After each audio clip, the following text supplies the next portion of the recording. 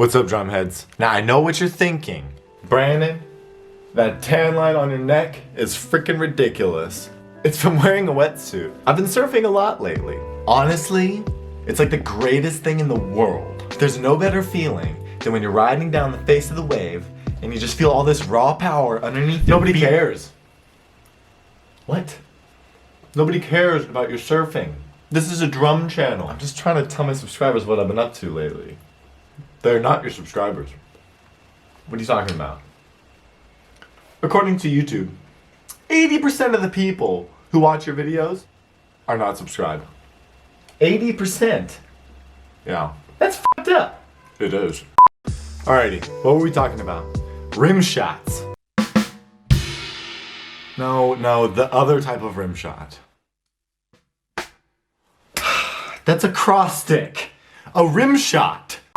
That glorious moment, vying for absolute precision, when the tip of your Vic Firth Freestyle 55A hickory stick connects with the center of that 2-ply Evans Level 360 Genera HD dry batter head, whilst at precisely the exact same moment, the side of the stick strikes the triple flanged rim of your 6.5 by 14 Love Custom Drums copper over brass snare drum, liberating a plethora of overtones one can only achieve by completing this simultaneous action.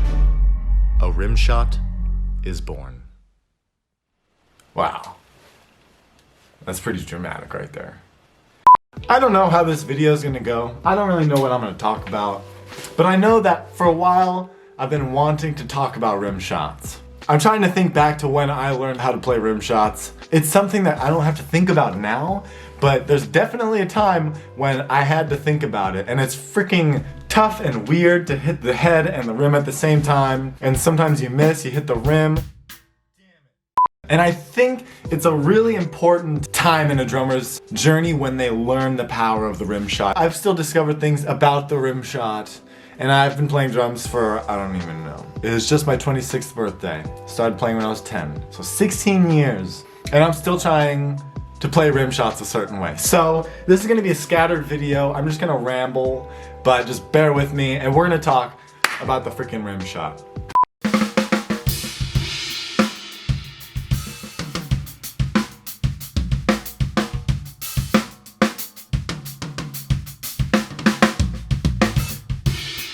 This isn't meant to be like a tutorial or something like that, it's just more of a discussion. The most important things I've learned on the drums have been from like having conversations with people and discussing things, rather than like the physicality of it, or you know, I don't know. I feel like you get to a certain point in drumming where it's not all physical and it's mental and how you think of things, you know. I could just be f***ing crazy. So like I said earlier, I think rim shots separate beginners to like intermediate drummers. Like if I walk into a guitar center and I see someone playing the drums, this is a terrible example. What I'm trying to say is there's so much more confidence behind someone who uses rim shots and someone who doesn't know how to like utilize rim shots, okay? So think about this. You hit the center of the snare drum without hitting the rim as well. It has a normal volume, okay? That's like 80% of your drum's volume capacity, okay? And if you get that rim shot, that's 100%, okay? If you're not playing rim shots, then you're not activating the entire shell, the rim, every nut and bolt in your freaking snare drum. For some reason, when you do a rim shot and you smack that baby, it is louder than when you hit the center of the head. Flat out, that's just what it is. And that's not to say you should always do rim shots, okay? If you want that fat snare sound, you know, like that tuned low freaking like, psh, you don't want to play a rim shot. You want to smack the center of that head. You're going to detune like 2 or 3 of these lugs closest to you. Your snare's going to wrinkle and you're going to smack the center. And if you do a rim shot, it won't sound as good for some reason.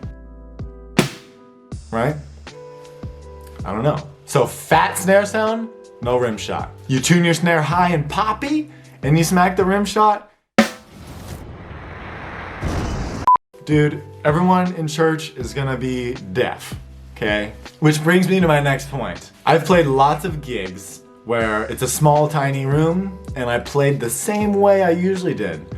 Bang! bang, glass walls. Everyone in the wedding just shat themselves because it's so fucking loud. You gotta play to the room. When I was doing cruise ships, the first time we did our sound check on board in this little lounge, a little lounge for like 100, 150 guests. We're doing a sound check.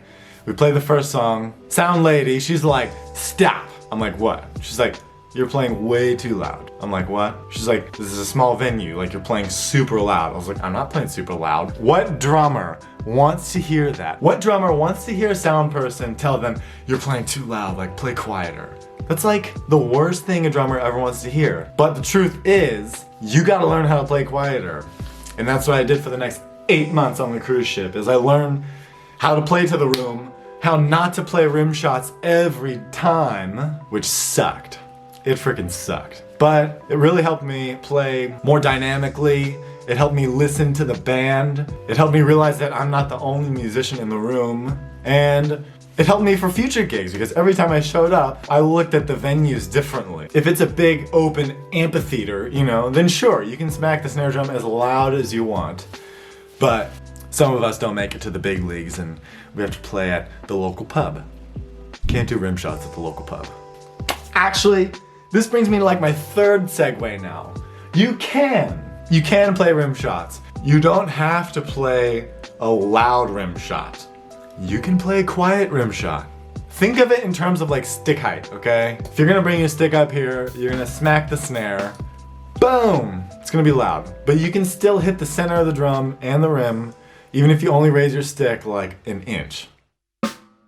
And you'll still activate that drum, whatever it may be, metal, wood. The rim shot activates that shit. You know, you'll hear it, and you'll feel it. There's something so satisfying about hitting the center of the drum and the rim at the same time. I can't explain it. There's that feeling when you hit it and it's just boom. Just like surfing, you know what I mean? Just like surfing, that feel.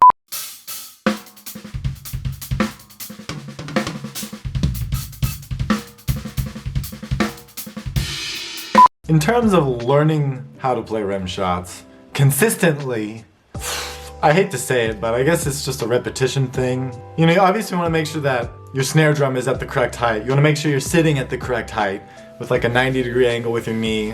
When I started learning rim shots, I actually would kind of hit the side of my leg. I think my snare was a bit low at the time, but it would stop my hand from going any further down. For some reason, that was kind of like the area. And eventually you kind of just adapt, and then you can sit on different drum sets and play rim shots with like minor adjustments and stuff. You just kind of tweak it as you play, you know? But I guess the point of this video is to hopefully inspire beginners to learn the rim shot and add it to your arsenal of tricks. And also for like you intermediate drummers who are playing rim shots, to remind you that you don't have to play a rim shot balls to the walls, loud and hard, you know what I mean?